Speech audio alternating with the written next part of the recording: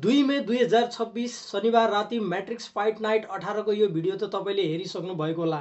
रिङभित्र ढाका टोपेर नेपालको झन्डा फहराउने यी नेपाली गोर्खा फाइटर हुन् युकी आङदेम्बे, जसले एमएफएन 18 मा भारतीय फाइटर मनदीप प्रजापतिलाई पहिलो राउन्डमै धुलो चटाइदिए र त्यो सलाम वालेकुम भन्ने चाहिँ युकीकै जितमा धेरै रमाइरहेका युसुफ वेबे भन्ने लेबनानिज कोच हुन्। र के तपाईँलाई थाहा छ, युकीलाई यो स्तरको फाइटर बनाउन इन्डोनेसियाको चर्चित सोमा फाइट क्लबको ठुलो हात छ।